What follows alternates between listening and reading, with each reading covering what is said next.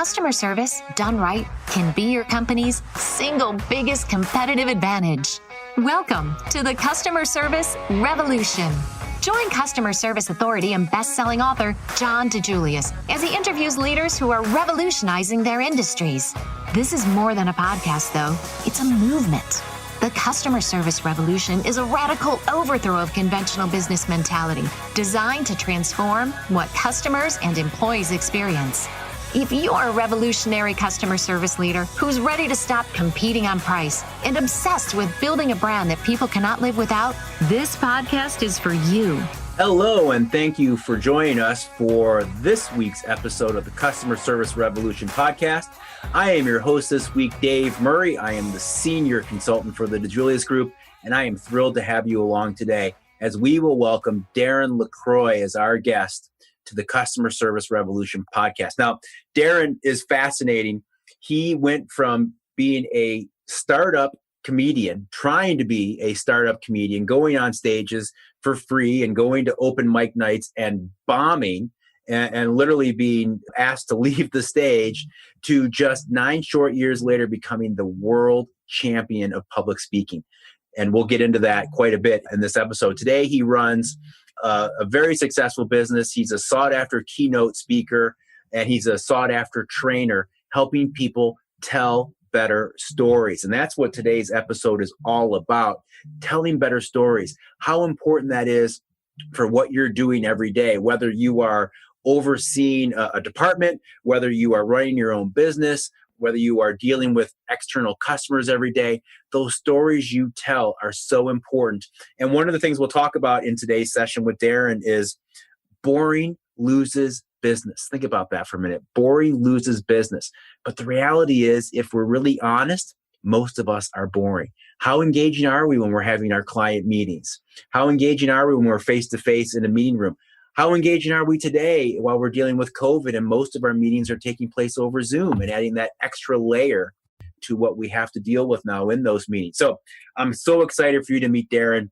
Welcome to the Customer Service Revolution podcast. Please remember that you can download and subscribe to our podcast wherever you go for your podcast. And if you like what you hear, please subscribe and please share. Share with your friends and leave us a comment. We would love to hear your feedback. The other reminder I have for you is that we are quickly approaching the Customer Service Revolution Conference. This year, for the first time, it will be virtual.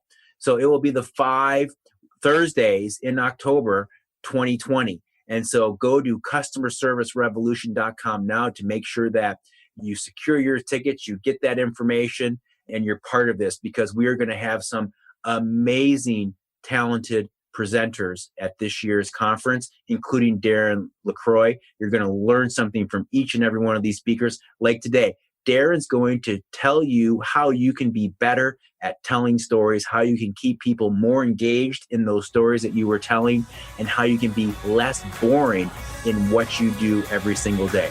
So without further ado, let's get to Darren. Darren, thank you so much for joining us today. I am thrilled to have you on our podcast today. You are going to be a part of the Customer Service Revolution Conference this October. I am thrilled that you're going to be there, because I'm a person that's gotten to see you in person before. I've seen you at the National Speakers Association conference. I've met you at other conferences and seen you do your thing in person. So I know firsthand that you are going to bring so much to our conference this October. But the thing is, maybe not everyone watching today and listening today knows who you are. So let me give you a quick introduction, because I find your story so cool. So you started your journey to becoming a professional speaker, a sought-after keynoter, a renowned trainer. You started this really in 1992 when you were following a dream and you wanted to be a stand-up comic. And you went to Stitches in Boston, and you went on stage and you did your thing and you bombed, right? And someone in the audience actually it wasn't the audience, it was someone else going on stage that night, told you, don't quit your day job, the proverbial don't quit your day job. Yep. And that must have been demoralizing, but yet you kept at it, you kept at it. 9 short years later, you go on to win the World Championship of Public Speaking, which is going to be a topic of ours today, because I know some people probably have never even heard of that before. You went on to win that in 2001, the world champion of public speaking, and you beat out 25,000 contestants to do it, which is amazing. And today, if we fast forward to today, you have built a thriving business. Like I said, you are a professional keynoter. You're out there entertaining and educating audiences on a regular basis, pre-COVID and even during COVID, because you're doing it virtually every single day as well, which we'll talk about a little bit in our conversation today. And you've built a training platform where, whether it's in person or virtually, you're able to train so many people on telling stories and doing it effectively, doing a great job, and how important stories are in the business world. That's going to be a topic of ours today as well. So Darren LaCroix, thank you so much for joining us. I'm thrilled to have you. And so I just threw a lot of stuff out there that probably have some people saying, where are we going with this? That's some cool stuff. I want to start with this, though, kind of an overview of our conversations today. One of my favorite quotes that you have on your website is, boring loses business. Right? So let's start there. If you can define a little bit about what boring loses business means and how that translates to what you do. Yeah, I mean, when people tell stories, whether you're marketing or a presenter, doesn't matter. Even if it's in text on your website, I just think that now that everybody's forced to do Zoom meetings all day, every day, it's crazy. But what happens is the medium dulls the connection. It dulls everything. So I had that statement up before COVID, but now it's even more important because a lot of people think, oh, I'll just, turn on the camera and do a Zoom call and talk the same way I did. That is not the case. So boring definitely loses business, and most people won't admit it, but they're boring. I would challenge them, watch one of your own Zoom calls and just see if you would be engaged with you. And 90% of us definitely would not. Now, I say that from experience too. When I was forced, back when I had a quote unquote day job back in the day, I was a telemarketer at Bose Corporation, and I was pursuing my dream of speaking in comedy, but I was a telemarketer and I worked at one of those cube farms, and my boss used to force me to listen to my own recordings, and I hated it. And it enlightened me to how boring I was. I'm like, I wouldn't buy anything from that guy either. And I think most people won't take the time to really step back and see, am I really doing this the right way? Because virtual has changed everything. The rules are different now. Even a speakers bureau that I work with, Jennifer Joseph Lear, she says, look, you've got to up your game because you can't just sit behind a camera and tell your stories anymore. It doesn't work. Fascinating. And I want to get into that a little more, especially how it could help some of our listeners today in their businesses. And again, focusing on what they're doing right now and how boring they may be is such a great takeaway right there. But I wanted to go back to how you got to where you are today. And I want to talk a little bit about what drove you to go on stage and what drove you to keep going on stages even after the first time didn't work. Yeah, and it is the truth. It was actually the MC. He was a famous headliner in Boston back in the day. And I walked off stage and it's exactly what he says, keep your day job. And he meant it. And that's where I was at. And it's okay. But let me back up a half a step before that. I dreamed of being a business owner. Like, that's what I wanted to do. I love business. I went to 4 years of business school. And after business school, I went to Bryant University in Smithfield, Rhode Island. You might know that's where the Patriots used to work out back in the day. And that was my school. It was called Bryant College back then. But anyway, I went, and as a guy just out of college with no money and college debt, the only way I could get a business loan to start a business, because that was my dream, was to go with a franchise. So I went to a very famous franchise and bought into it, got a loan. And about a year and a half after I opened my store, I had to sell my business at a loss. So here I am, a guy with school loans, now a business loan, but no business to pay it off. Struggling. I got a day job as a telemarketer just to figure out what am I going to do with my life. And one of my buddies knew where I was at emotionally back then, just devastated, living at home with mom and dad. And he gave me this motivational tape of a guy named Brian Tracy. And on that tape, for our younger viewers, a tape is like an MP3 only in a, Anyway, Google it. So I'm listening to his tape as I'm driving down the road, honestly depressed and thinking, what am I going to do? And he asked the question, he said, what would you dare to dream if you knew you wouldn't fail? And I was at such a low point that I was completely open and completely honest with myself. And so I said, this idea from seemingly nowhere popped into my head. I'd be a comedian. How cool would that be to make people laugh and earn a living at that? That would be the ultimate. But then the voice of reason in my other ear said, but you're not funny. True, but that wasn't the question. And I think what happened in that moment is I went back to the 8-year-old Darren who was sitting at the holiday table with my friends and family, and my cousin and brother were hysterical naturally. And they were recapping Saturday Night Live skits and Steve Martin jokes. And the family was in an uproarious mood. And I remember standing up at my chair at the kids' table saying a joke, and I threw out a punchline. I don't even remember what it was. And I hushed my whole family. And I remember sinking back in my seat saying, I will never, ever try to be funny again. It's just not who I was, not realizing, fast forward to 1992 when that question was asked.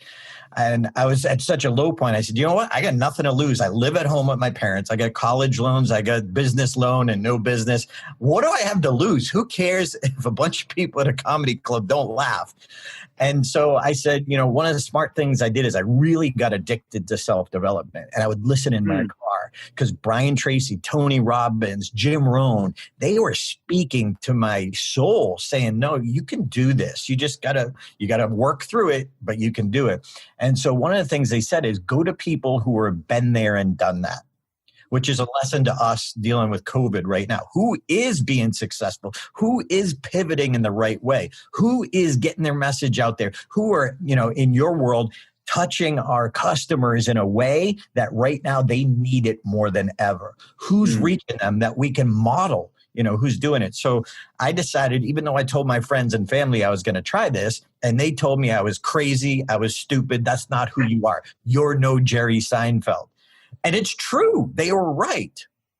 But they also weren't in the knowing part of where I wanted to go. So I decided I would go ask a comedian. Now, I'd never been to a comedy show in my life, and I was a shy, quiet kid. I had to work up the courage. And I asked the headliner, who seemed quite approachable that night, I said, hi, my name is Darren. I want to try this. What do I need to do? And he asked me a question. He said, are you funny? I said, no. He said, good. I'm like, what do you mean good? Like, now he had my attention. Yeah. And what he explained to me was, if you took a naturally funny person, handed them a microphone, and put them in front of a group of 100 strangers, they couldn't make them laugh. They just couldn't, because there's that comfort. There's that people know you. They know your backstory. They know you're funny, so they look for funny. Well, if you put them in front of 100 strangers, they don't know you're funny. They don't look for funny. It's different.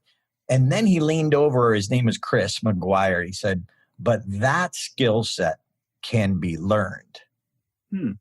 And what he was saying to me is, a lot of people, if a naturally funny person went and did that once, they would bomb and never do it again.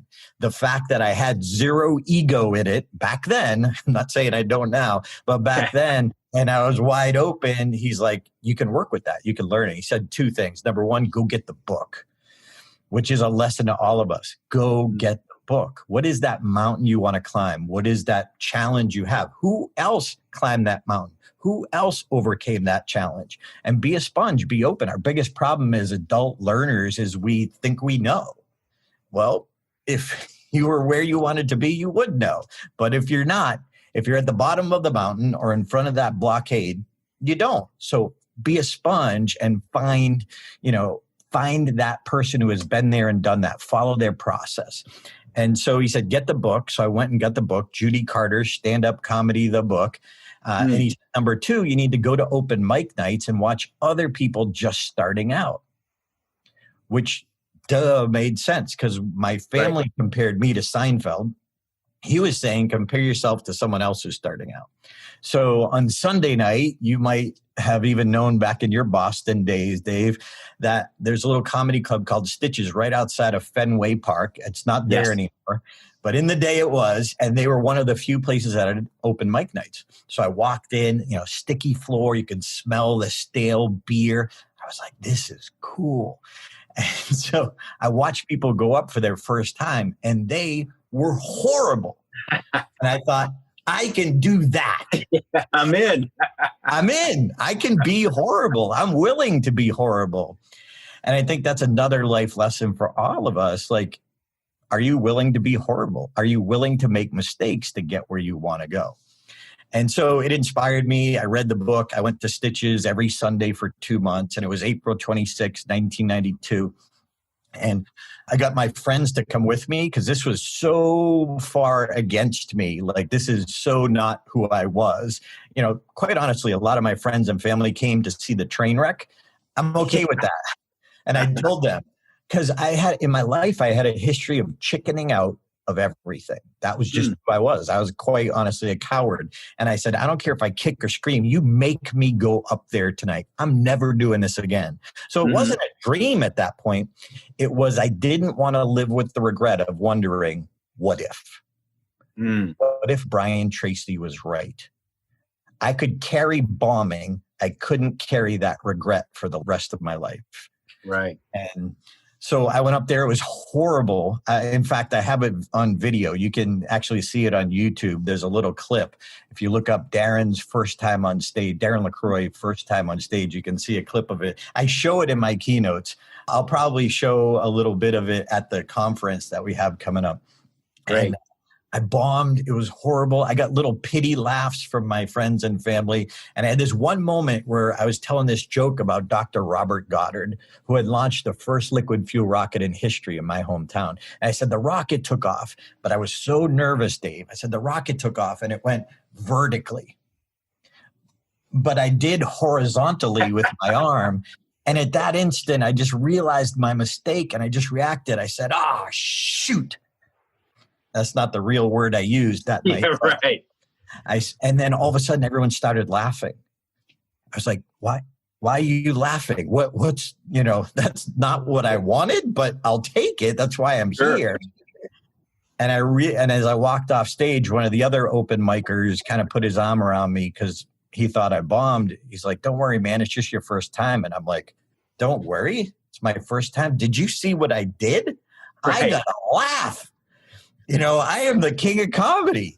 Like, I don't care if everyone thought I bombed. I'm like, no one told me I could do this. And I got the result I wanted. It was a mistake, but I still got the result I wanted. I'm like, I'm in. I'm going to be a sponge. I'm going to find every mentor I can. I'm going to get every book that I can. I don't care how long it takes. I'm going to figure this out. And it was with that mindset, I just did exactly that. I found my mentors. And I think that's one of the things that I'm doing well now in business during the COVID, because I went back to that mindset. Who is where I want to go? I'm being a sponge. I don't know everything. I don't have this 100% virtual thing figured out. Let me figure it out. Let me be a sponge. Let me make some mistakes. My studio here is in a constant upgrade because now this is my stage. So why would I not be working on this little 8-foot, part of my house to make it look more professional? Why? Because I got to stand out from other people. And it's not just with my stories. It's not just with my techniques. It's not just there's an image behind me. And, you've probably seen it, Dave, and we don't have to call anybody out on this, but if you're using the Golden Gate Bridge as your virtual background or the rolling beach, let it go. Yeah. Let it go. It's like clip art from the 80s, okay? Everyone can use that. You don't look special. You actually look boring because you're doing what everyone else is doing. Yeah. I love it. Speaking of your backdrop, you have a very lovely piece of hardware back there. There's two things back there that I brought up. One of them in your introduction, that you are a world champion public speaker, and I want to talk about that in just a minute. I also see you have your certified professional speaker medal back there. And for those that don't know, that aren't part of National Speaker Association, that's where I get to see you every year. We have great conversations in the hallways between sessions or at the happy hours. That is no easy feat either, right? That is a lot of work. That is something you earn over your career. It's not a week where you go to a session and you earn this. You work for that over the course of your career. So you have two very impressive pieces of hardware behind you in your studio. And I'm just curious if we can talk a little bit about, you talked about Stitches, you talked about how you started. And as I mentioned in your introduction, just 9 short years later, you are winning this award, World Champion Public Speaker. Talk about what that is. Talk about beating 25,000 other contestants to be there, and how that all culminated and what that was like. Well, thanks for that question. And it really goes back to in 1998. So the World Championship of Public Speaking is a speech contest held every year. 25,000 people compete. By the way, as we're recording this, Dave, this week is the first ever virtual World Championship of Public Speaking. Same process, but now it's virtual because of obvious situations. Back then, I had a mentor. He's a comedy mentor, and he did speaking as well. And he saw me as this hungry, eager, wannabe speaker. And this is related directly to what we're talking about with stories. He said, Darren, stop trying to find that story that will launch your career. And instead, take the stories you already have and make them so good, someone will pay to hear them. And that was a game changer for me. I was like, what? I did one of the Scooby-Doos, like, what? Because I just thought you had to have that story. And you and I, Dave, every year we go to NSA, we see amazing speakers with amazing stories. But we're seeing version 32.0. We're not seeing version 1 of their story, and they make it look so simple, but we didn't see the process they went through. And so what my mentor was saying is, go back, step back, get some help. Look at what is a world-class story and how is it told? What are the key elements? What's the structure of a great story? And that wasn't even on my radar screen. So for 2 years, I didn't even listen to him. In 2001, he had passed away, but his little voice and that statement stayed in the back of my mind.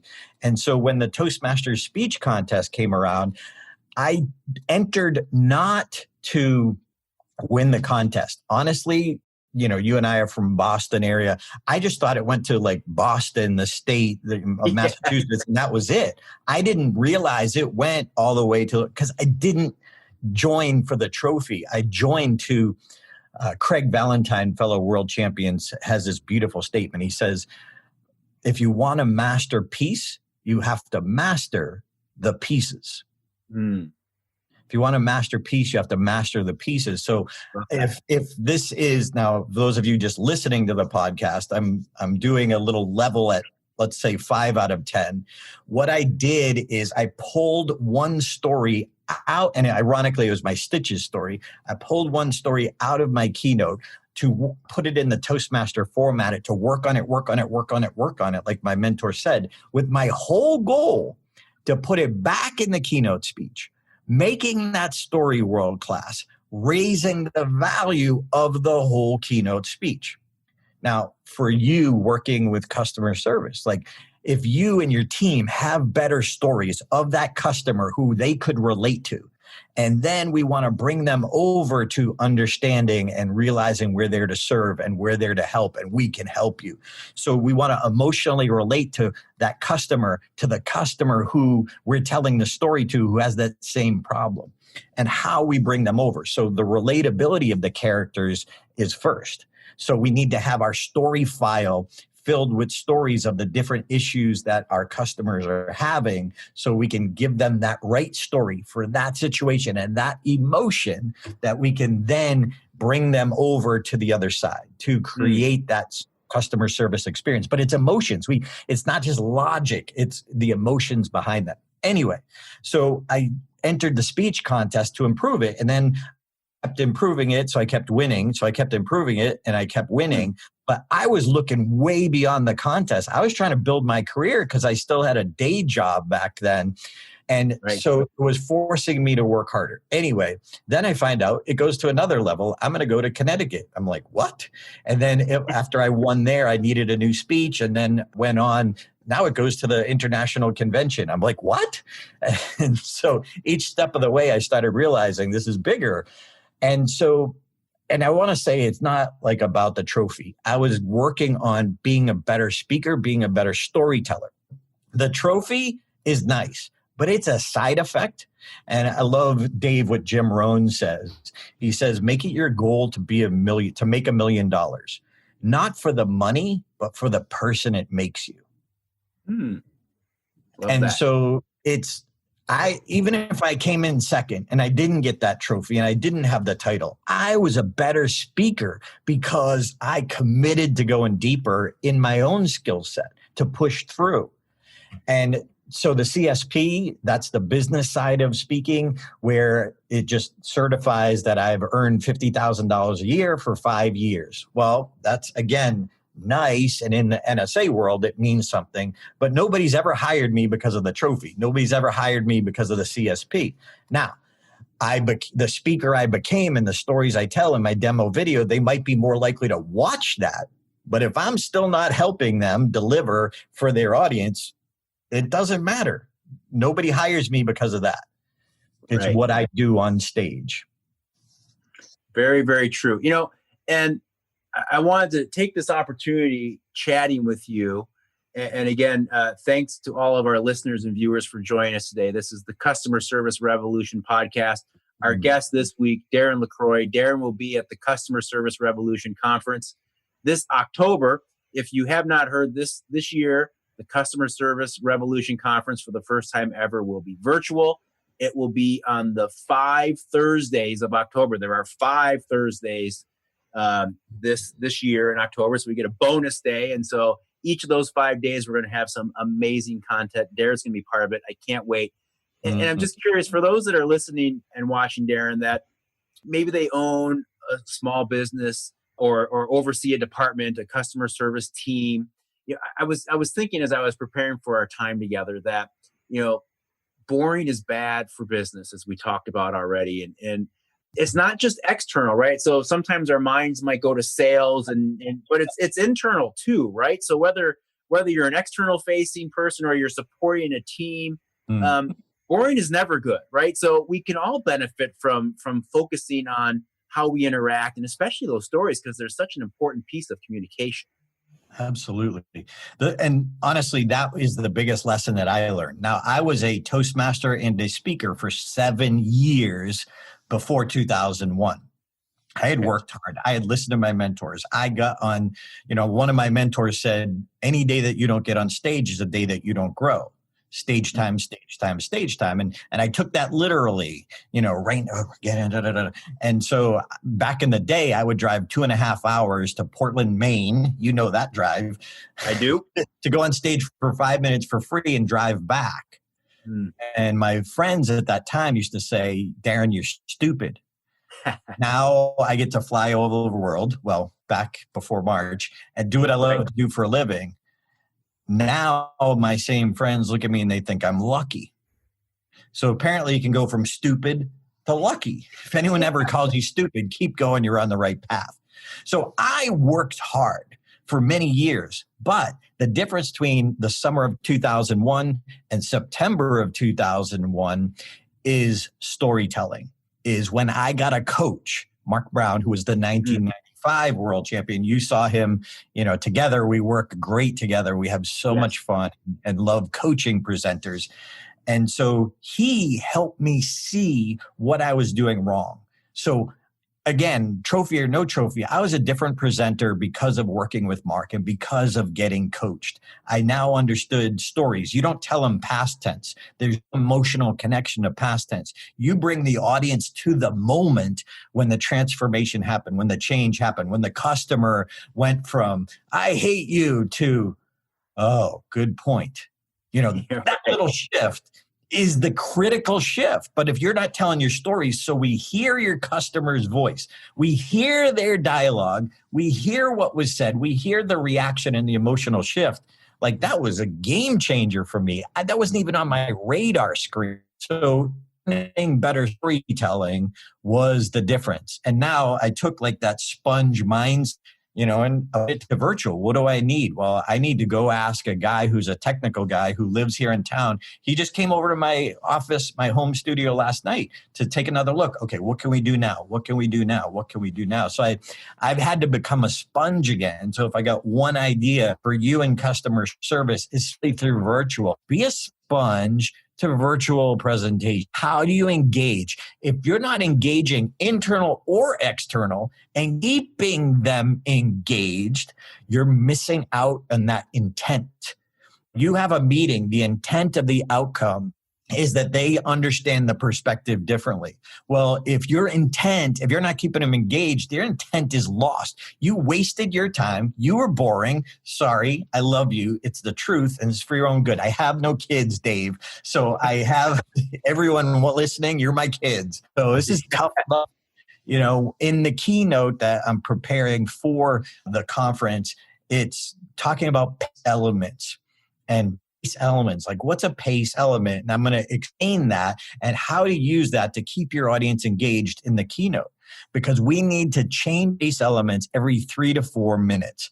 And that is one of the things that, again, isn't even on my radar screen. And it's something I learned from my other coach. I had 2 coaches, but he was talking about live speaking, that you have to change your pace element. So for example, real quick, if I'm to tell a story, that engages the audience's brain one way. If I ask a question, that engages the audience's brain another way.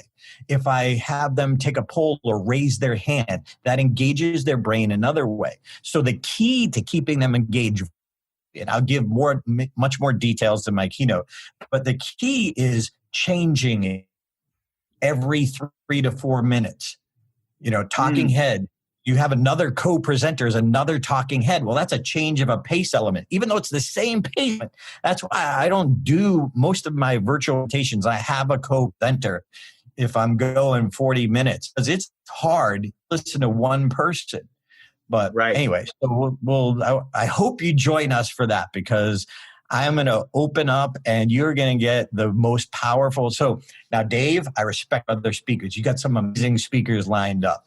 But my goal is to make my keynote the most, the full value of the whole conference. Well, that's a good intention. And when you're talking to yours, you've got to be like, we're going to be the favorite in the mind of this customer or this client, whether internal or external. And if you can have that mindset, you're going to do better, work harder, serve them better, and you're going to have that customer for a lot longer. It's so hard to acquire a customer. I know this, but sometimes we need a reminder.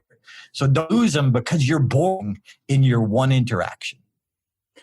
Such a great lesson. And I've seen you and Mark at work before, as you mentioned. I've seen you coaching professional speakers, right? People that do this already for a living, and giving them small tweaks in telling their story and what a profound positive effect that had. So I've seen it happen. I've seen it come to life. So the fact that you're going to be sharing with our audience, people that are just telling everyday stories, but how they can do it more effectively, whether it's to their teams, if they're a manager, whether it's to their customer base, if they're a customer service representative, they're the business owner, to all their teams, whatever it is, if they focus on some of these tools, they can be more engaging. And engagement is huge right now, whether it's external or internal, whether it's virtual or face-to-face, we all need that level of engagement.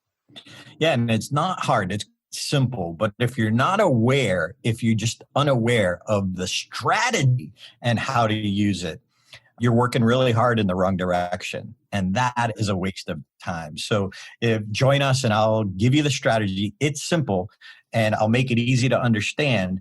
And once you have that strategy, you're not going to think about it the same way ever again. So I hope everyone can join us and I'll do my best to make it fun as well. Oh, I know you will. I know for sure you will do that, because you never disappoint there. The people that, including yourself, that used to accuse you of not being funny are dead wrong, because you are indeed. You have definitely honed that skill. Now, I gave your introduction. I didn't even finish your introduction yet, and we're almost through our time. But I didn't even mention yet the fact that you and Mark co-host a podcast. So if anyone's listening to this and they want more information, they want to learn more about working on their own presentations or being more effective in the communication with their teams, Unforgettable Presentation podcast is where to go. So I would encourage any of our listeners to check that out. The Unforgettable Presentation podcast. You and Mark Brown are the co-hosts. You have some amazing guests that share what they've learned over time. It's thrilling. Yes. And Dave, do you know Michelle Villalobos? Oh, I always screw up her name. Do you know Michelle? I do not know Michelle. So she's an NSA, or she's one of the $1 million.